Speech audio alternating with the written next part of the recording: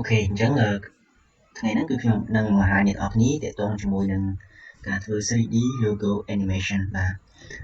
ឥឡូវគឺយើងចាប់ផ្ដើមធ្វើហើយយើងបង្កើតដំបូងរូបនេះសិនទៅបាទដំបូងគឺយើងបើកកម្មវិធី After Effects បាទបន្តទៀតអ្នកនរគ្នាត្រូវបង្កើតនៅ new position បាទ new position អញ្ចឹងខ្ញុំបង្កើត new position អញ្ចឹងខ្ញុំដាក់ទី1 logo មួយ position ហើយមួយទៀតខ្ញុំបង្កើតមួយទៀតlà main 1ឬក៏main 2 main 1តែ main 1 position ហើយនៅខាងក្រោមនេះអ្នកនរគ្នាអាចធ្វើការជ្រើសរើសនៅទំហំបាទនៅទំហំຂະຫນາດណាមួយដែលអ្នកនរគ្នាចង់បានឥឡូវខ្ញុំយក12ប៉ែតកុំជាមួយនឹង720 pixel បាទហើយខ្ញុំសេរីតែប៉ុណ្្នឹងទេ sequence នេះធម្មតាហើយខ្ញុំយក25 rate ឥឡូវខ្ញុំយក30 rate ខ្ញុំយក full បាទហើយនេះខាងក្រោម duration ខ្ញុំយក33 second បាទហើយខ្ញុំចុច OK ឥឡូវយើងបានបង្កើតនៅ position 12ហើយនេះគឺជា logo ដែលយើងត្រូវធ្វើឥឡូវហ្នឹងឥឡូវវាបានឲ្យហើយបាទមើលក្រោម logo ជាដើមឥឡូវយើងទាញ logo ចូលបាទចូលបាទទាញចូលហើយយើងចុច keyboard S យើង zoom in តិចទៅបាទ zoom in តិចទៅបានដែរនៅពេលដែលយើងបានបញ្ចូល logo នៅក្នុង position logo ហើយយើងទាញ position logo ដាក់ចូលក្នុង main 1ហើយនោះឃើញកម្ដងបែបនេះណាហើយយើងបាន scale វាអស់ហើយ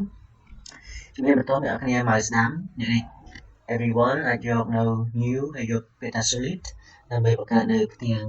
background អីចឹងណាsometimes យើងអាចចូលទៅក្នុង layer បាទ layer ខាងនេះយើង choose យក solid ដូចគ្នាដែរក៏បានដែរអីពីរហើយបន្តមកទៀតអ្នកនរគ្នាដាក់white solid 1ថាដាក់ white បាទនេះគឺຂະຫນາດគឺ width and height ណា and width and height វាខ្ញុំយកប៉ុណ្ណឹងមកហើយបន្តមកទៀតកន្លែងនេះអ្នកគ្នាអាចជ្រើសរើសយកពណ៌សទៅហើយយើងអូខេយើង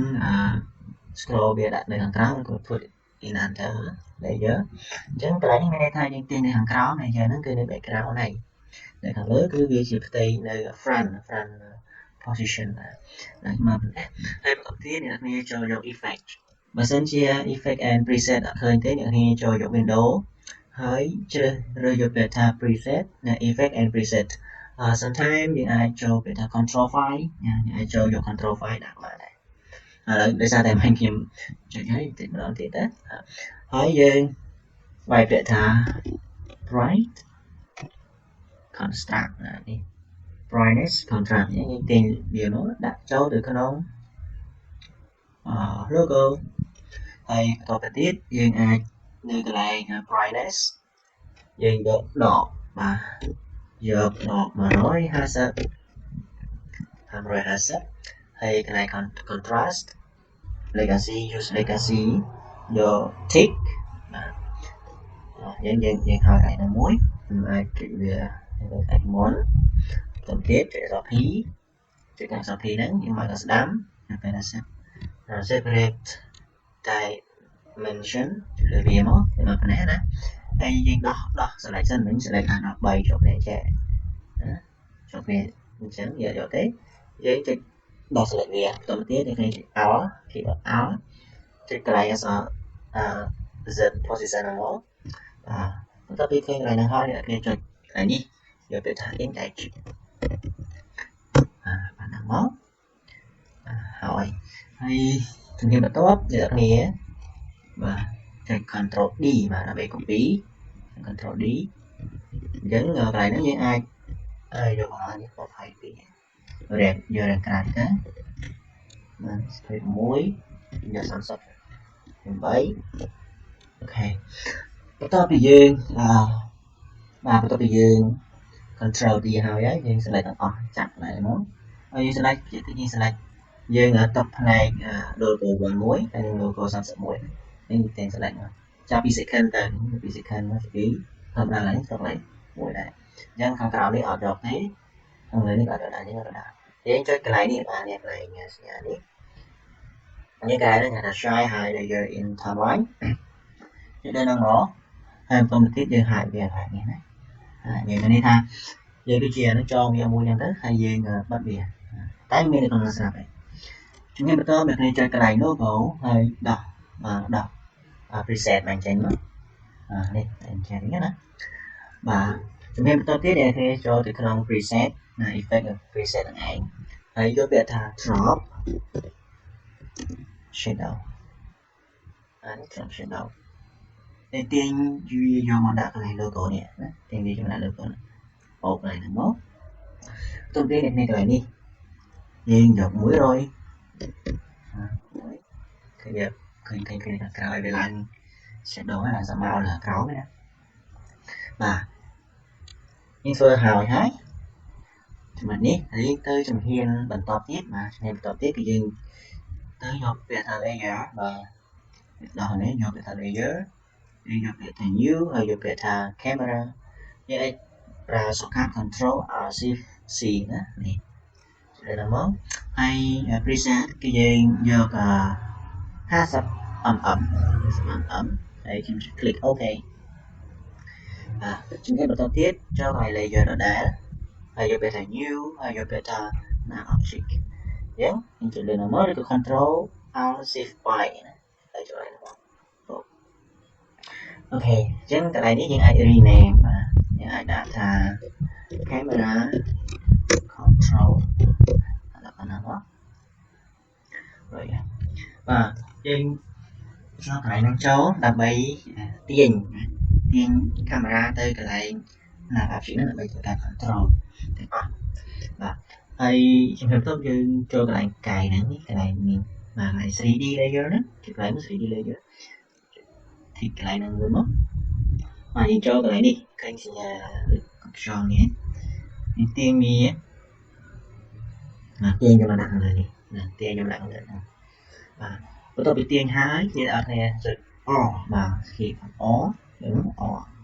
បាទមកប៉ុណ្ណេះណាចុចបានប៉ុណ្ណឹងហើយយើងនេះ select មួយមាន Z មាន Y មាន H មានសិនហើយកន្លែងនេះមួយទៀតយើងអាច shift control shift y shift s scale ណា scale នេះអាចមកហើយខ្ញុំទាញបាទទាញប្រហែលជា10 frame ហើយទាញកន្លែងនេះមកកន្លែងទៅមកហើយចំណុចនេះខ្ញុំទាញដាក់ត្រឹមតែ45ហើយ15ណាហើយចំណុចនេះគឺខ្ញុំដាក់វារួមវាតិចទៅនេះ100ហ្នឹងហើយនេះអាចដាក់ត្រឹម60ឬក៏70ហ្នឹងទៅហើយយើងមើល example ហើយខ្ញុំព្រមតិចដាក់ត្រឹម6 frame 6 second ហើយលើតិចហ្នឹងទៀតចូល4 second បាទទៅដល់2 second អានេះដាក់ស្មើគ្នា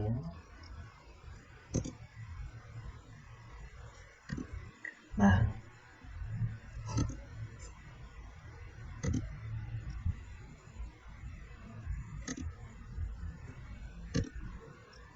ព្រមទៀតដល់ frame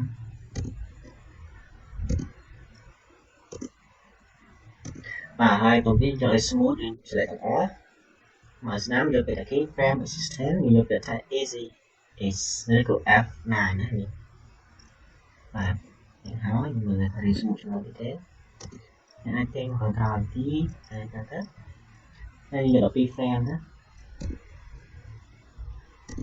បាទយើងចង់ឲ្យវា smooth តិចទៀតនេះចុចលើនឹងមកនេះហើយចូលកន្លែងនេះកន្លែង graphic editor នេះចុចលើហ្នឹង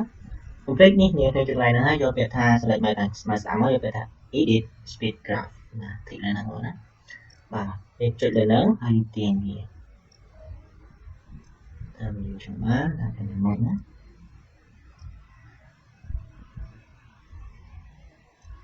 ឧទាហរណ៍effect ណា effect អ và line effect mình được biệt thà CC line suite như chỗ đây đúng không? Đây đặt line logo mà line logo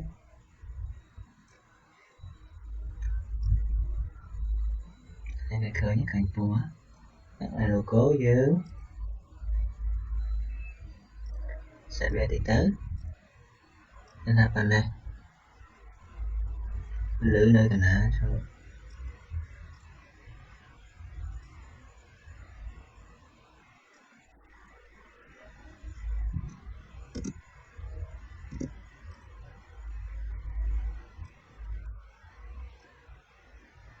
display rồi nhớ nữa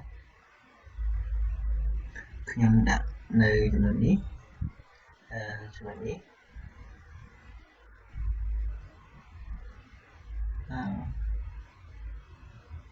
នៅចំណុចនេះចុះវាប្រឡេះរំខាងក្រោយតែវិញទៅតែចាំបានស្មូទទៀត select control mouse down lại nhé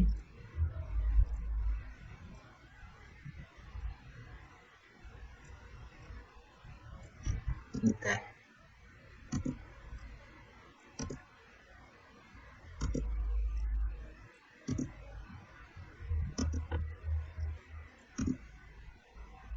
và nó muối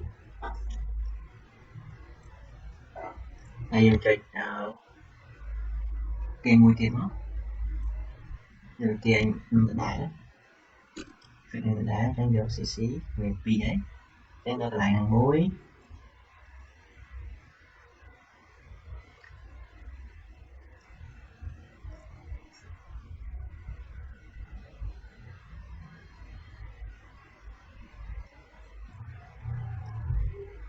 này không phải là nữa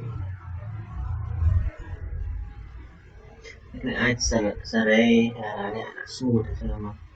là smooth ai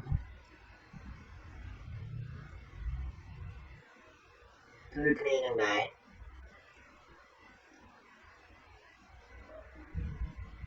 và được làm tới hai cái bộ đấy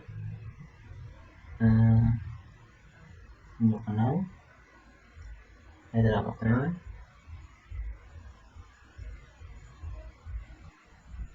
sorry trong này em được lại con màu áo cái sự control center trên một cái đấy nếu đặt smooth easy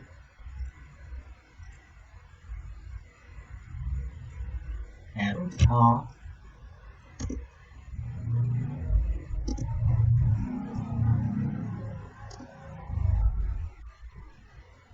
và những cái chiều thì tôi sẽ đi hay tôi mới tiết cả sale để nghe tới cả rồi về thà phá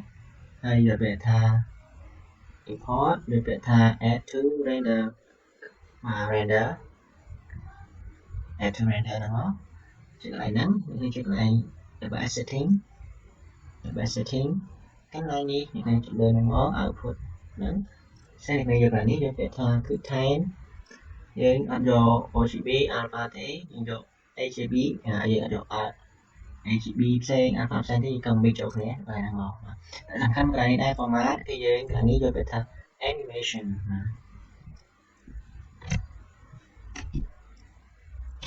ok